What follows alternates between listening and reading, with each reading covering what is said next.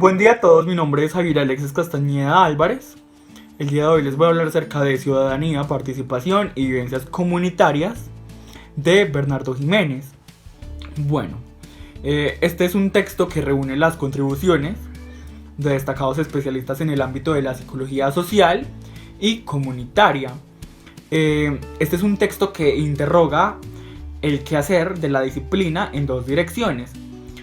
Por un lado, este replantea el fundamento mismo de la psicología al considerarla pues como una producción histórica y política.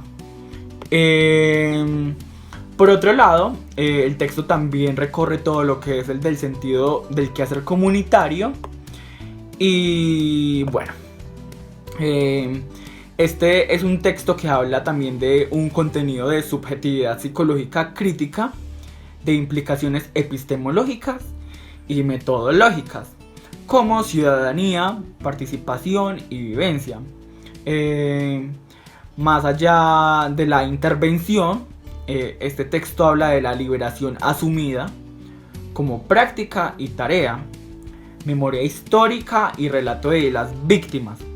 Cuando digo víctimas, me refiero a las personas. La subjetividad en la intervención comunitaria, la red de detenciones en la vida cotidiana y el análisis. El análisis desde una perspectiva de la psicología social comunitaria. Bueno, cuando este habla de la participación de la comunidad, se refiere a que comprende las múltiples acciones, como las diferentes fuerzas sociales que se desarrollan para influir en la formulación, la ejecución, la fiscalización y la evaluación de las políticas públicas y servicios básicos como lo son la salud, la educación, la vivienda, el transporte y el saneamiento básico, entre otros, ¿cierto? También cuando habla de psicología social, este se refiere a la rama de psicología que trata de los efectos de la pertenencia a un grupo sobre la conducta. ¿Pero esto qué quiere decir? Esto es, o sea, las actitudes y creencias de un individuo. Bueno, entonces yo entendí del texto que la participación ciudadana se refiere o se entiende como un proceso abierto, transformativo, en el que se lleva a cabo una política específica y orientada a capacitar y aumentar el poder de la ciudadanía y a impulsar su papel en el fortalecimiento del desarrollo comunitario. Entonces, para esto se ha de potenciar la capacidad de incidir real y directamente en los procesos de la comunidad en la que se participa y también el proceso de toma de decisiones y en la implementación o aplicación de las políticas que afectan a la comunidad. Bueno, cuando digo comunidad digo la que está en una búsqueda de una igualación o de una igualdad de oportunidades. Pero bueno, ¿qué quiere decir esto? Pues esto repercutirá o repercute directamente en la mejora de calidad de vida de las personas, tanto desde el punto de vista material como en la realización personal y colectiva. Bueno, entonces aquí es donde viene la participación, y esta es la que reclama más tiempo, más diálogo, más recursos, más inteligencia por parte de todos los implicados. Pero se gana en credibilidad, en satisfacción de las políticas a aplicar, en la resolución de conflictos. Entonces, en pocas palabras, esta desarrolla pues una cultura preventiva construida en torno a la participación. Entonces, es aquí donde llega el trabajador social, el profesional en el ámbito de de una actuación comunitaria y este tiene una función y esa función es la función educadora, la facilitadora de la participación. Pero ¿cómo así? Pues esta se trata de generar dinámicas y actitudes individuales y colectivas que permitan ir construyendo una cultura social de la participación, por lo que significa de potenciador de los niveles de responsabilidad con la comunidad para fomentar una cultura cívica del espacio colectivo. Ahora voy con Guerras de Cultura. Este texto es de Adam Cooper. Antes que nada me gustaría darles como una pequeña definición de lo que es cultura. Y pues cultura se refiere a un conjunto de bienes materiales y espirituales de un grupo social transmitido de generación en generación a fin de orientar las prácticas individuales y colectivas.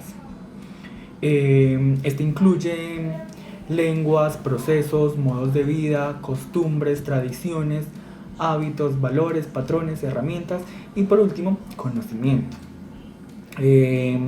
La función de cultura es garantizar la supervivencia y facilitar la adaptación de los sujetos en el entorno. Bueno, cada sujeto, cada cultura encarna una visión del mundo como respuesta a la realidad que se vive en un grupo social. No existe, por lo tanto, ningún grupo social carente de cultura o inculto. Lo que sí existe son diferentes culturas y dentro de esas están los diferentes grupos culturales.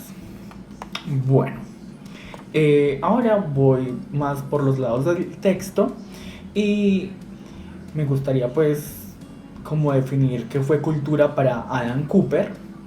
Y Adam Cooper rastreó el concepto de cultura desde los debates de principios del siglo XX hasta su adopción por las ciencias sociales norteamericanas.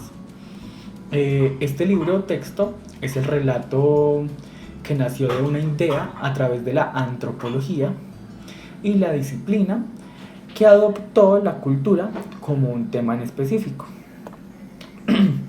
Bueno, entonces Adam Cooper expuso en este las razones que niegan el determinismo cultural y él argumenta que las fuerzas económicas y políticas, las instituciones sociales y los procesos biológicos deben ocupar sus respectivos lugares en una exploración completa de los pensamientos y conductas de la gente común. Bueno, entonces yo estuve indagando un poquito y encontré algo que se me hizo súper interesante, y es que la cultura es esencialmente una cuestión de ideas y valores, un molde mental colectivo, las ideas y valores, la cosmología, la moralidad y la estética, que se expresan mediante símbolos y consecuencialmente si el medio es el mensaje. Se puede describir la cultura como un sistema simbólico por símbolo. Entonces aquí es donde se entiende algo que representa otra cosa con lo que no existe una relación necesaria ni intrínseca entre el símbolo y lo que simboliza. Bueno, a veces los símbolos representan construcciones culturales sin realidad objetiva, como por ejemplo la idea de los fantasmas. El etnógrafo, esta no tenía una manera de saber si los fantasmas existen o no. Lo que importa es únicamente lo que la gente cree acerca de los fantasmas. Bueno, entonces pasa algo que se me hizo muy interesante de este texto, y es que es cuando dice que la cultura es simplemente una manera de hablar sobre las entidades colectivas Y que, por cierto, mucha gente cree que las culturas se pueden medir unas respecto a otras, y esta gente se siente inclinada a evaluar su propia cultura por encima de los otros. Incluso pueden llegar a pensar que solo existe una civilización genuina como la suya, y que el futuro ya no es solo de la nación, sino del mundo. Y a mi parecer, pues esto es algo muy cierto, porque los cambios culturales constantes hacen que nuestro mundo simbólico sea inestable. Así, por ejemplo, en el proceso evolutivo de las culturas, a la religión le ha sucedido la ideología, igual que a la sabiduría mítica le ha sucedido la sabiduría racional. Entonces, a nosotros hoy la ideología nos resulta familiar, y a los racionalistas le parece como un progreso con respecto a la religión, pero se dice que esto no es como algo tan diferente. Hola, actualmente nos hemos encerrado en un simple concepto de cultura y casi siempre lo relacionamos con las mismas cosas, las cuales se basan en las creencias, costumbres y todo aquello que diferencia cada pequeña parte del mundo. El texto de la cultura extraviada y sus definiciones nos muestra cómo hemos estado en una burbuja que no nos deja ir más allá. Este nos explica la oposición, cultura-naturaleza. Permitía hacer esta delimitación. Parecía que de este modo se diferenciaba a la cultura, lo creado por el hombre y por todos los hombres, de lo natural que existe en el mundo, demostrando así que no es solamente lo que crea el hombre, sino lo que nos brinda la naturaleza. También agrega que no se sabe cómo la cultura abarca todas las instancias sociales. Con lo anterior se reflejan los limitados que estamos al referirnos a una palabra tan amplia en significados. Por otro lado, el lenguaje constituye la cultura. El texto de la cultura y la palabra nos habla de cómo el lenguaje es tan importante para crear una cultura. Menciona que desde que somos una conversación, somos una historia de la humanidad, de la que sabemos cada vez más en la medida en que emprendemos investigaciones de los albores de la cultura, de culturas previas, de huellas antiguas, de vida humana. El hombre tiene palabra y esto es lo que lo distingue de los otros seres vivos. Con la palabra tenemos un gran poder. Podemos transmitir mensajes entendibles a la vez que podemos comprender aquella información que nos transmite otras personas. La palabra permite el reconocimiento en otros y reconocerse con otros. Ya con lo dicho anteriormente, en la cultura todavía hay unos términos que se tienen que tratar, como son los del oprimido y el opresor. Comencemos con el oprimido. El oprimido es una persona que carece de una humanización, la cual es provocada por aquellos opresores. En este caso podrían ser la educación, entre otras entidades. Estos a su vez tienen una pérdida de esperanza, los cuales piensan de que no va a haber alguna probabilidad de que estos salgan adelante, simplemente van a decir no puedo, y esto es algo que denomina Freire como el fatalismo. Eso se le puede traer consigo la teoría de la caverna, la cual es aquella zona de confort de que algunas personas no pueden salir. Ese fatalismo trae consigo una incapacidad, esa incapacidad que anteriormente dije que no puedo, donde entra un alto grado de negativismo. La suma de estos tres aspectos, que vendrían siendo la deshumanización, el pesimismo y el fatalismo, trae consigo el adormecer de la conciencia, la infusión del temor, acostumbrar a aquellas personas que no opinen, o sea, que no tienen una libertad de expresión, y por último, la desunión de una sociedad. Hablemos de los opresores. Estos están 100% convencidos de ser más que los oprimidos. Sin embargo, ellos solamente tienen miedo de ser una vez más de lo que un día fueron. Por lo tanto, estos son más agresivos delante de aquellos oprimidos. Pero estos oprimidos tienen una particularidad, de que ellos tienen todavía una oportunidad de ser algo diferente. Pero ellos tienen también una desventaja de que ellos solamente al tener ese tipo de ejemplo de opresores, se va a volver a repetir un ciclo. Va a ser simplemente un ciclo vicioso.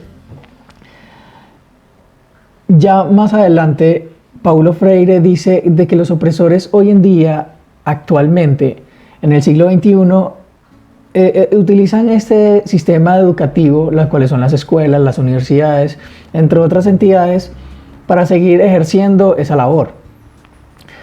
Paulo Freire menciona de que si un niño crece en un ambiente sumiso y en un ambiente en donde las injusticias no son reclamadas, simplemente será un adulto el cual será sumiso, domesticado y no será una amenaza para el sistema.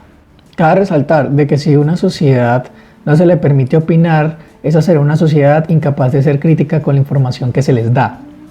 Por lo tanto, Freire menciona esto como la educación bancaria, en donde todos aquellos niños son como vasijas vacías que necesitan ser llenadas solamente de información. Y a continuación les quiero mostrar un video de Mafalda, la cual es muy crítica con esto. Mi mamá me ama. Mi mamá me mima. Uy, me cacho. Mi mamá me ama. La felicito, señorita. Ya sabemos que usted tiene una mamá que la mima mucho, que la ama mucho. Una mamá excelente. Ahora, por favor, ¿quiere enseñarnos cosas realmente importantes? Anterior visto en el video de Mafalda, podemos decir que la educación bancaria genera una pérdida de conciencia crítica, una pérdida de la capacidad de imaginar e innovar, incapacidad del análisis y por último la cultura del silencio.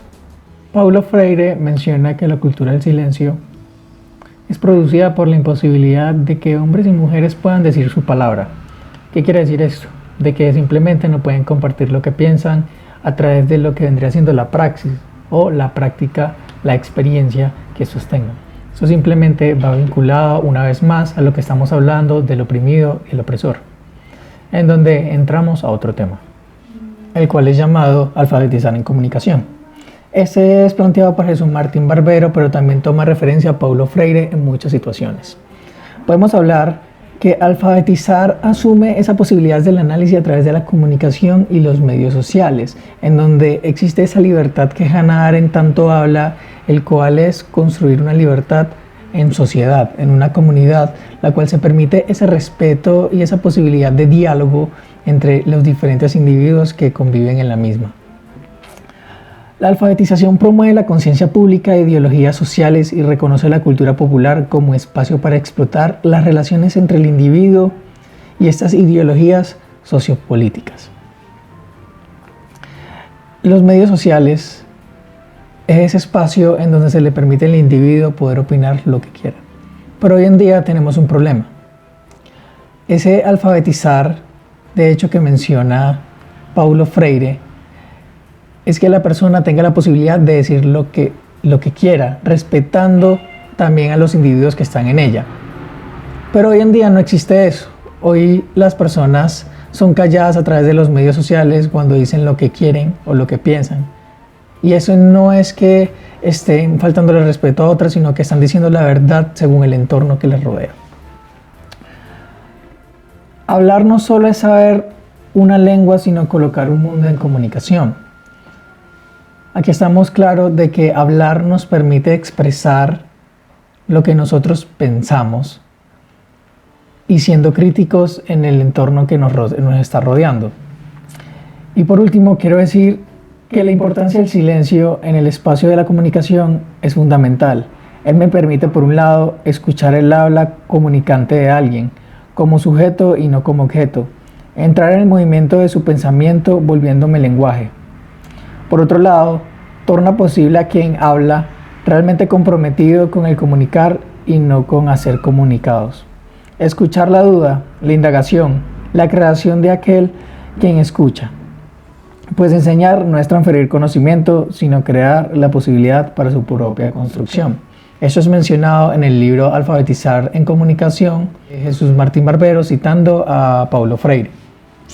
Eso está muy conectado con lo que estábamos hablando anteriormente en cuanto a la educación bancaria, el cual siempre se dice que es implantar información que ya está dada como una estructura. Sin embargo, él dice acá que es importante que el pensamiento sea construido y no solamente dado, en donde él plantea que para recuperar esto es necesario una educación liberadora, que vendría siendo todo lo contrario a lo que esa educación bancaria plantea, en donde acá está esa posibilidad de que el individuo o los niños crezcan siendo críticos delante de la información que se les plantea por un sistema.